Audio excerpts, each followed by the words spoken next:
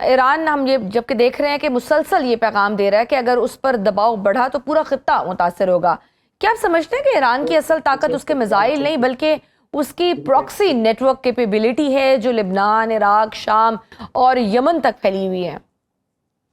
نہیں، میرا خیال ہے کہ ایران کی جو سب سے زیادہ اسٹرینتھ ہے وہ اس کی یونٹی ہے، اس کا اللہ کے اوپر یقین ہے اور اس کا ول ٹو ریزسٹ ہے، ول ٹو فائٹ ہے. They do not want to surrender. انہوں نے ہتھیار ڈالنا نہیں سیکھے. انہوں نے کہا کہ ٹھیک ہے، اور سب سے بڑی بات یہ ہے کہ ان کی لیڈرشپ نے یہ ثابت کیا کہ وہ سب سے پہلے جام شہادت نوش کریں اور اس کے بعد وہ قوم سے کوئی توقع کریں. اس لیے میرے خیال میں جو ایران بطور ایک کنٹری، اگر آپ ٹیکنالوجیکلی کہیں یا ملٹریلی کہیں، تو ان کا اور امریکہ کا، اسرائیل کا کوئی کمپیریزن نہیں بنتا. لیکن وہ کھڑے ہو گئے، اور جو قومیں کھڑی ہو جایا کرتی ہیں، جیسے افغانستان کھڑا ہو گیا، اور افغانستان کے اندر جب وہ کھڑے ہو گئے تو دنیا کے 48 ممالک امریکہ کے ساتھ تھے اس وقت، اور $2.43 ٹریلین خرچ ہوئے تھے. تو پھر آپ مجھے یہ بتائیے کہ یہاں تو ان کے پاس نہ اتحادی ہیں، نہ کوئی اور اس طرح کے وسائل، اور جس طریقے سے امریکہ کی کانگریس مشکل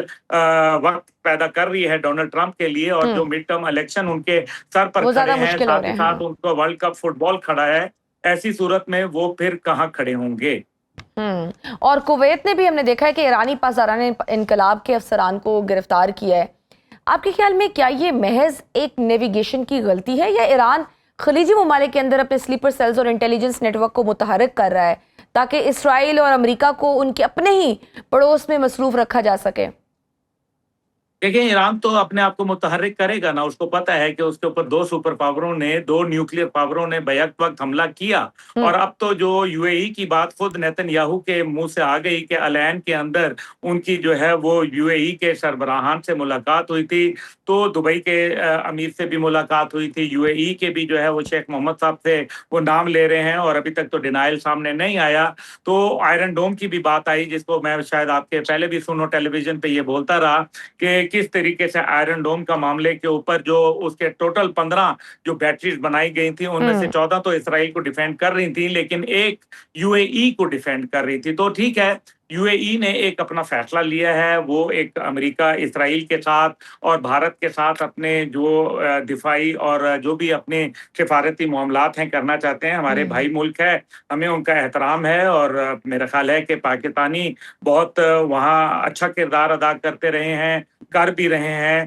اور انشاءاللہ تعالی یو اے ای والے جو ہیں ان کو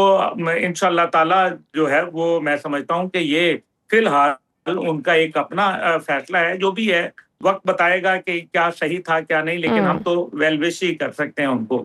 بالکل. اور روس نے دوسری جانب جنگ بندی ختم ہوتے ہی 800 ڈرونز فائر کیے. عسکری اصطلاح میں اسے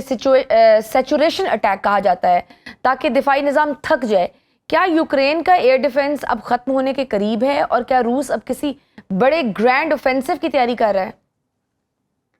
دیکھیں، روس ابھی تک ایک لمبی وار کے اندر اپنے آپ کو پڑ گیا. جب میری کیونکہ میرے جو ان کے معاون خصوصی ہیں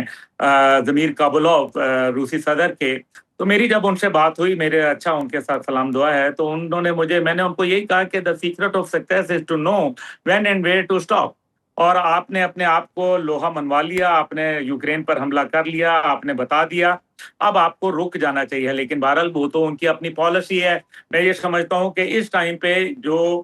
گرینڈ افینسو ہے وہ، کیونکہ گرمیاں بھی آ رہی ہیں، اور ظاہر ہے گرمیاں وہاں جب شروع ہوتی ہیں تو ایک گرینڈ افینسو جو ہے وہ ضرور لانچ ہوتا ہے. دوسری جانب جو ہے ان کے جو شاہد کامکازی ڈرون تھے جو کہ روس نے ایران سے پرچیز کیے تھے اور اسمبلی لگائی تھی، اس کے خلاف بھی ابھی 4 دن پہلے یوکرین نے کامیاب تجربے کیے ہیں. لیکن ان ڈرونز کو ختم کرنے کے لیے جب تک کہ اسمبلی لائن نہیں بنے گی، جب تک کہ ان کا پورا ایک سسٹم نہیں بنے گا، اس کے یہ تو تجربات ہیں، لیکن جب باقاعدہ پروڈکشن ہوتی ہے تو اس میں ایک ٹائم لگتا ہے. میرے خیال میں یوکرین کے، کیونکہ کل ہی میں رات کو کھانا میں نے اکٹھا کھایا یوکرین کے سفیر کے ساتھ، میں سمجھتا ہوں کہ یوکرین کے لیے بہت سارے چیلنجز ہیں. جہاں کچھ امریکہ کے ساتھ پہلے ان کو سپورٹ آتی تھی، یورپ کی جانب سے سپورٹ آتی تھی، اب وہ شاید ڈیو ٹو دا ایرانین وار وہ ان کے لیے اب اس انداز میں سپورٹ دینا شاید اتنا آسان نہیں ہوگا. صحیح. اچھا سر، آخر میں پاکستان کے اندر جو دہشت گردی کی لہر آئی ہے اس کو بھی اب عالمی منظر نامے سے جوڑا جا رہا ہے کہ پاکستان جہاں دنیا میں اپنا ایک